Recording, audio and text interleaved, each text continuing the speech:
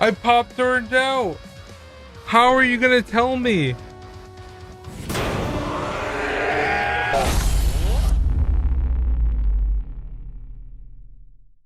Hey, what's up, soldiers? My name is GregFPS, the Zombies Extraordinaire, and welcome back to another video here today on the channel. Today, guys, we're going to be taking a look at the top 5 worst wonder weapons in Treyarch Zombies History. Now, this is going to be my personal opinion, but if you disagree, let me know which weapons you think are the worst down below in the comment section. And next week, I'm going to be making a Black Ops 5 wish list. So now is your chance to comment down below things you would like to see in Black Ops 5 for zombies. And I'm going to pick some comments that you guys comment down below for next week's episode. Try not to say anything negative because I actually want Treyarch to see that video and see what the community is thinking from you guys and from me and all that sort of thing. So I think it'd be really cool if we do that next week. Also, today is the last day to get 30% off G Fuel. If you guys are interested, you can use my code GregFPS. It's going to be linked down below in the description. So without further ado, guys, let's get right into the video.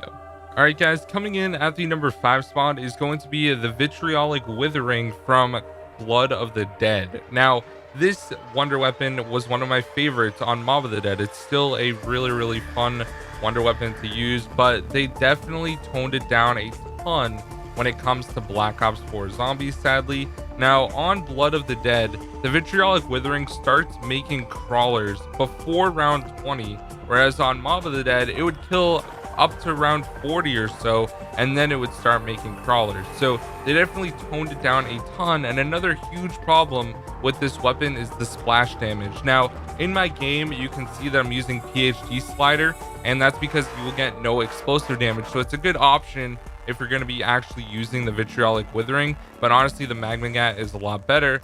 But in Black Ops 2, there was no PhD or no explosive damage that was like a perk you could use when you're using it, but it still didn't have enough splash damage to actually down you unless you didn't have Jug. And that's the main problem I have with this weapon. Even with like the health that we have in Black Ops 4, if you don't have PhD slider, you can down pretty easily using this weapon. And if you shoot in anywhere like remotely close to you, you will go down. So for that reason, I put it at the number 5 spot. They definitely toned it down a ton, like I said, and it's just not as good as it was in Black Ops 2.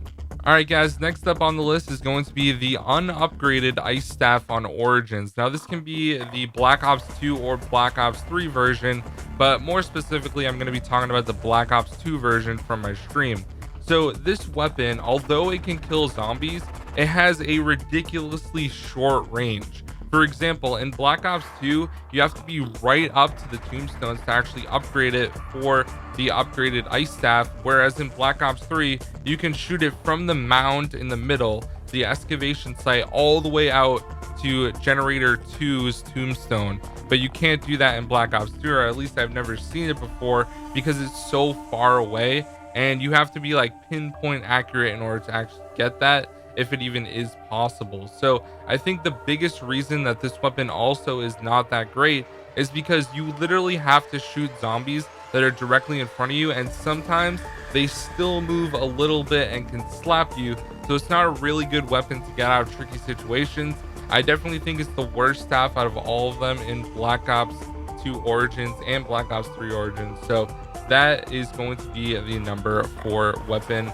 Coming in at the number 3 spot is going to be the Ray Gun, and more specifically, I would say this is the Ray Gun from like Black Ops 3 and Black Ops 4, because this weapon is toned down so much. It used to be one of the best possible weapons you could get, especially in Black Ops 1 when you had PhD flopper. You could shoot at your feet with no problem, and it was actually a ton of fun to use back in the day. Even on World at War, which I think is the gameplay I'm using for this video, it was really solid. But since then, they've toned it down a ton. There's way better options, and obviously having alternate ammo types when you pack a punch and things like that, it just made the ray gun completely obsolete, and no one ends up keeping it anymore, which is kind of a shame. I would like to see Treyarch go back to like how it was, where the ray gun was actually like one of the absolute best weapons, and it was always a good weapon to have, especially in like tricky situations and stuff. So unfortunately, it's just not as good as it used to be, and it comes in here at the number 3 spot. Coming in at the number 2 spot is going to be the Winter's Howl. This is the one from 5, not the one from Classified. The Classified one is much better, but the Winter's Howl on 5 and Winter's Fury, when you pack a punch it, it's just not that strong of a weapon. You have to shoot so many shots to actually kill zombies once you get up to about round 15 or so, which is a little annoying, and it doesn't have that much ammo either. That was one of the main things they fixed in Classified, where the Winter's Howl actually has a lot of ammo, which is very nice, and you can actually use it effectively in Classified. It's just not that good of a weapon on 5. Like I said, you run out of ammo quickly, and there's also just better weapons in 5 that you can have, like LMGs and things like that, to actually kill zombies effectively, especially in the later rounds. So it comes in here at the number 2 spot.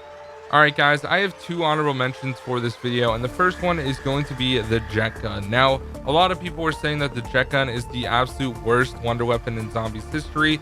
To be honest, it's actually not. A lot of people don't know how to use it, and that's the problem with a lot of people just being uneducated about the Jet Gun, never actually using it themselves, and just taking people's word for it.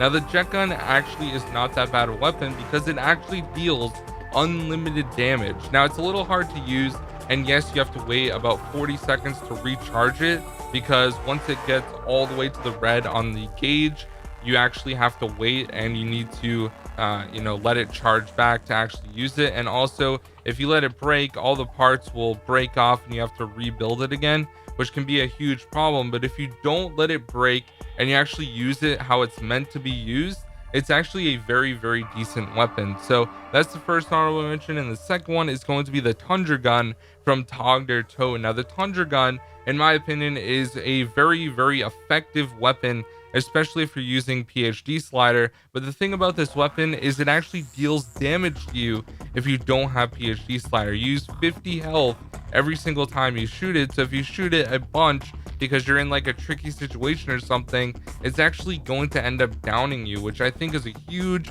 issue with this weapon, and I don't think it should deal damage to you actually when you shoot it. That is, in my opinion, a very big downfall of this weapon. Although it can kill a ton of zombies, as you can see in the gameplay, like an entire horde basically, the fact that it deals damage to you is just so ridiculous. All right, guys, and coming in at the number 1 spot is going to be the VR11 from Call of the Dead. Now, the VR11, in my opinion, is a very fun weapon to use if you're playing co-op. You can actually shoot your friends and give them about a 5-second insta-kill damage, and also zombies blood, so the zombies won't actually go for them if you shoot your teammates in Call of the Dead. Now, if you're playing solo, this weapon is pretty much completely useless. You can use the small amount of ammo that it has to actually kill a few zombies, because they're going to run into the water and the zombies will actually chase them.